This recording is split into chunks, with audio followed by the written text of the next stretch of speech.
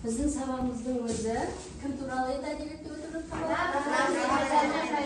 әже туралы. Ал енді сабағымызды бізге әжеміз бізді қалай еркелетеді, қандай жылы сөздер айтады. Осы сөзден бастасақ. Ал тұрағанында иә. Кім бастайды? Ал бастай отырайық. Мені әжем балапаным деп еркелетеді. Мені әжем құлжағым деп еркелетеді. Мені әжем сұлу қызым деп еркелетеді. Мені әжем күнде тентегім деп еркелетеді. Мені әжем ханшайымым деп еркелетеді. Мені әжем еркетайым деп еркелетеді. Мені әжем күнделікті қошақаным деп еркелетеді. Мені әжем құлыным деп еркелетеді. Мені әжем қоңыр-қозым деп еркелетеді. Жарайсыңдар балалар, қандай керемет әженің махаббатын, мейірімін көріп өсіп келе жатсыңдар, иә? Біздің тақырыбымыздың өзі Нұрдәулет Ақыштың нағыз әже деген әңгімесін өтіп жатырмыз. Енді біз топқа осы сұрақтар бойынша бөлінсек балалар. Мен сендерге тақырып бойынша сұрақтар беремін. Кім жауап береді? Соған қарай бөлеміз, иә? Бірінші сұрақтар берейін. Кимешекті кім киеді? Баланың айтамын. Әже киеді. Ұршықты кім иеледі? Ұршықты әжелер иеледі. Айғаным кім? Шоқанның әжесі екен. Ертегі айтатын кім? Ерсұлтан айтамын. Әже. Әже үшін ең қымбат кім? Немере. Ауылдан келген әжені ұнатпай қалған кімдер? Кім айтады? Маржан? Ая мен әкесі. Немерелер, е? Жеті атада үшінші ұрпақ кім ол? Немере. Немере екен.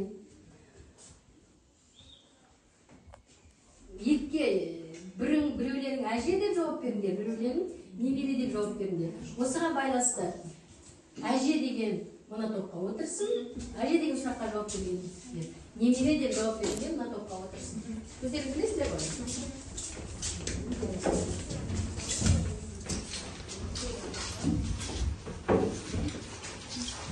Жарайсыңдар балалар. Сендер қандай топ болдыңдар? Әже тобы, сендер немере тобы болдыңдар. Бүгінгі біздің сабағымыздың өзі әже менен немере туралы екен білесіңдер, үйге мынадай тапсырма берген болатын. Нағыз әже қайда әңгімесінен өздеріңе ұнаған, ең әсер еткен жерді жатқа айту. Қай топтан бастаймыз? Ал немере тобы бастаймыз. Жағдай мынадай жолдастар, біздің бабушка бата қайыру дегенді білмейді. Намаз оқымайтын сәбіремен ме кісіден бата сұраған сендер де қызықсыңдар. Дастархан басында қол шеңбердей ду ете қалған қалың күлкі шалқып кетті. Опшым апа, қонақтардың көңілін қайтармаңыз. Құран сөзін білмесеңіз де батаңызды айтып, ниетіңізді Құдайға направить ете салсаңыз болды, деп жолдас алақанын жайып орнынан тұра берді. Жарайсың. Мына топтан арнама айта ғой. Осы күннен бастап кішкентайлар енді бізде әже деген кісіні көрсетіп ыңқылдауды шығарды. Қылбыр лауды мойынға салып, алды-артқа қаратпай, алдына салып дедектетіп айдап әкететін күйкі тірліктен сәл азаттық ала қалса, алдымен көлденеңнен тұра беретін сәбилердің осы бір жазықсыз тілегі болды. Жарайсың.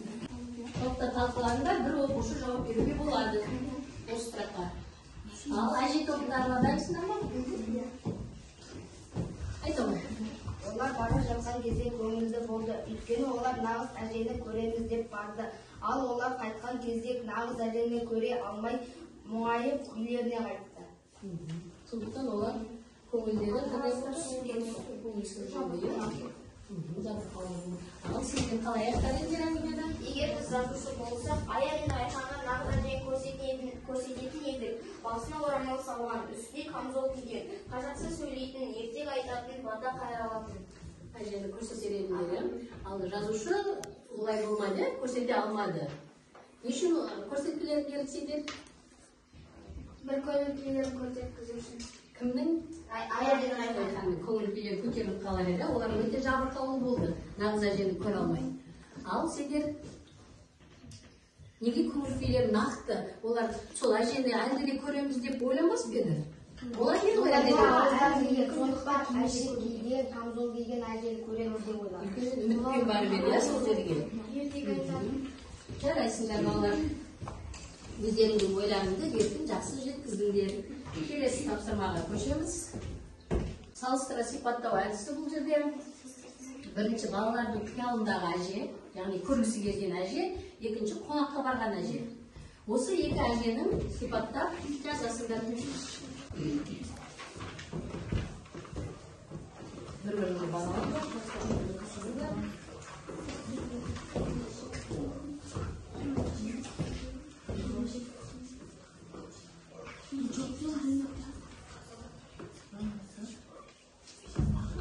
Бұл жерде басты мәселе салыстыра білуге екі әженің ерекшелігін, бір-біріне ұқсамайтын ерекшелігін, сырт келбетін, киімін, мінезін анық жазу керек. Бағалаңдар, одан кейін шығып айтасыңдар пікірлеріңді.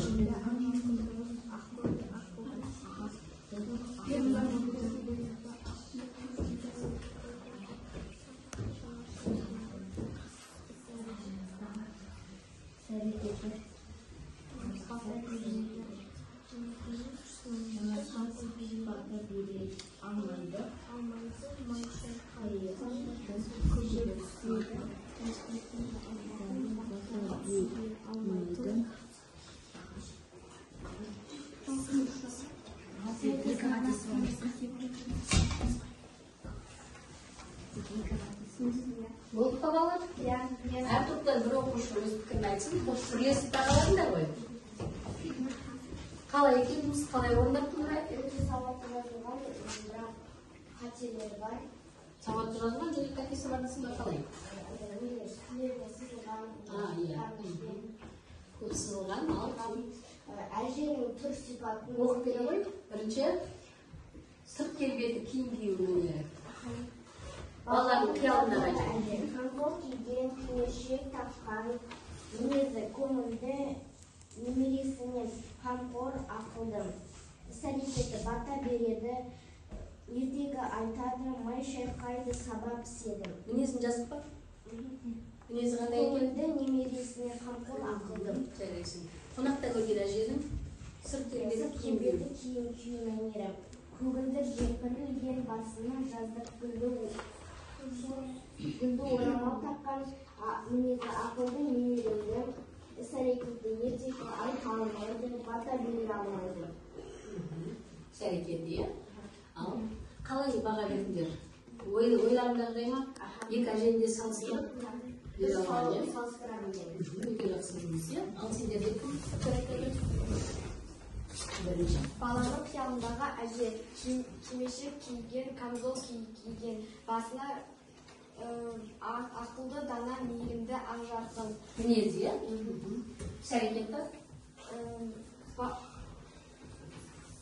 Іс-әрекеті бата бере алатын, май шайқайтын, көбі піседі. Ал қонақта көрген әже? Қонақта көрген әже басына гүлді орамал салған, ақ көңіл, ақылды, ертегі айтпайтын, бата бере алмайтын. Қалай ортақтығын салыстырады? Сауатты, жақсы жазылған. Жайсыңдар болады. Енді әр топ баршы өз тобының несін бағаласын, иә, осы жұмыста? Жақта екі қате бар. Қате бар ма? Піседі ғой, дұрыс дұрыс. Көбі піседі ғой. Топташылар өздерінің тобындарын қалай жұмыс жасарын бағалаңдар?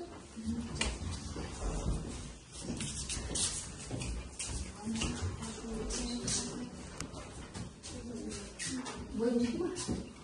Дарын. Жақсы жұмыс жасады ма? Нұрай, Махар, Арна, Мадияр. Өзі нағыз әже қандай болады? Енді әр топ өздерінше сендер нағыз әженің қандай болу керек деп ойлайсыңдар? Әже тобы нағыз әже қандай болу керек? Жүретін қаласында сұлғасын салсаңдар болады. Одан кейін нағыз әже қандай болу керек? Жазасыңдар әженің суретін.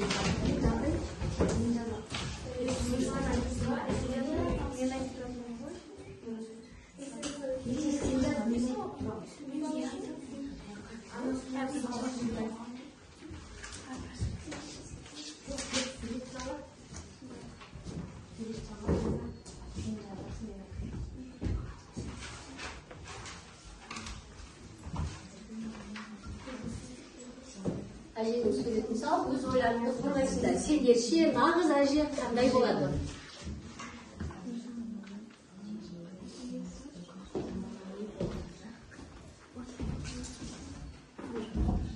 Қорғаңдар, сендерше нағыз әже қандай болу керек? Немере тобы.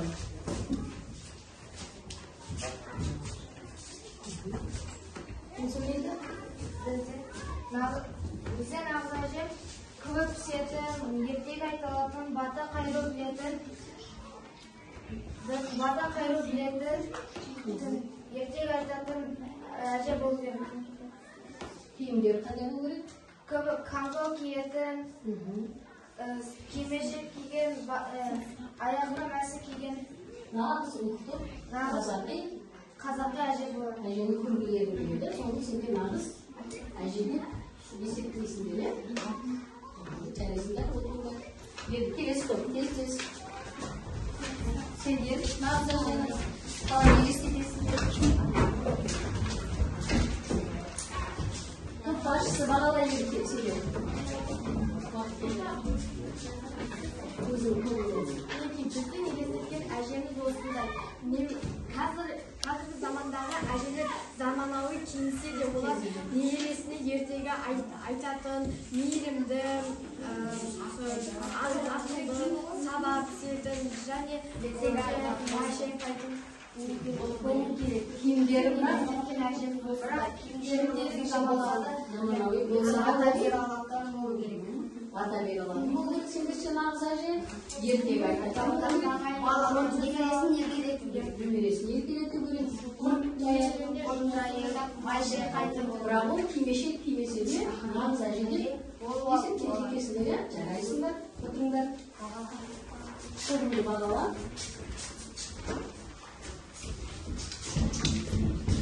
Дәптерге жазып алыңдар, үй тапсырмасы.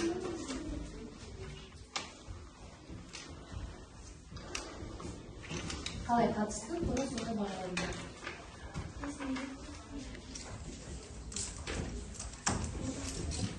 Бүгін дарын.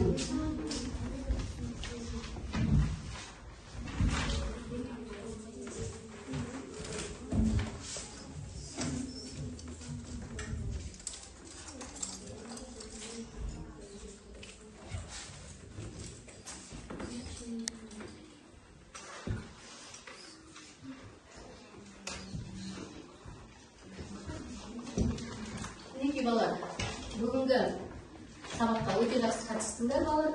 Рахмет, жарайсыңдар. Нағыз әже қандай болу керек екендігін, қандай болатындықтарын өздеріңді көрсете алдыңдар. Дарын 10 ұпай жинады, Нұрай 10 ұпай, Бақар 8 ұпай, Арна 10 ұпай, Мадияр 7 ұпай, Маржан 8 ұпай, Ерсұлтан 8, Еркежан 10 ұпай, Бағзор 10 ұпай жинады. Жарайсыңдар балалар, өте жақсы сабаққа қатыстыңдар. Үйге тапсырма. Өздерің қалаған кейіпкерге хат жазасыңдар, білеміз ғой, бұл хат жазып жүресің. Өздерің кімге жазғыларың келеді, сол кейіпкерге хат жазып келесіңдер. Енді өздеріңнің алдарында осы сабаққа деген рефлексия бөлінді. Үшеуін